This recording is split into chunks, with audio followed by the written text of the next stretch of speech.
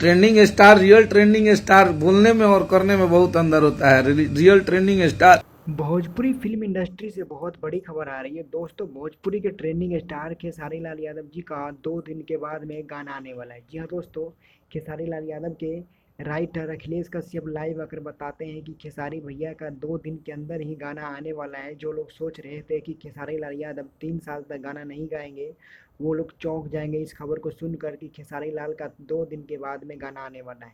दोस्तों, खेसारी लाल यादव के ऊपर केस लगा था कि खेसारी लाल यादव 3 साल तक गाना नहीं गाएंगे। ग्लोबल म्यूजिक वाले चैनल ने इस केस ठोका था खेसारी लाल के ऊपर, लेकिन वो केस लगता है शायद हट गया है। तभी तो खेसारी के राइटर अखिलेश कश्यप ने ये बात बताया कि खेसारी भैया का 2 दिन के अंदर ही गाना आने वाला है।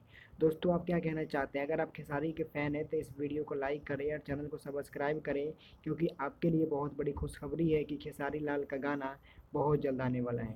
वीडियो पसंद आए तो वीडियो को लाइक और चैनल को सब्सक्राइब जरूर करें, ताकि मेरे द्वारा बनाए गए वीडियो सबसे पहले आप तक पहुँचे। धन्यवाद।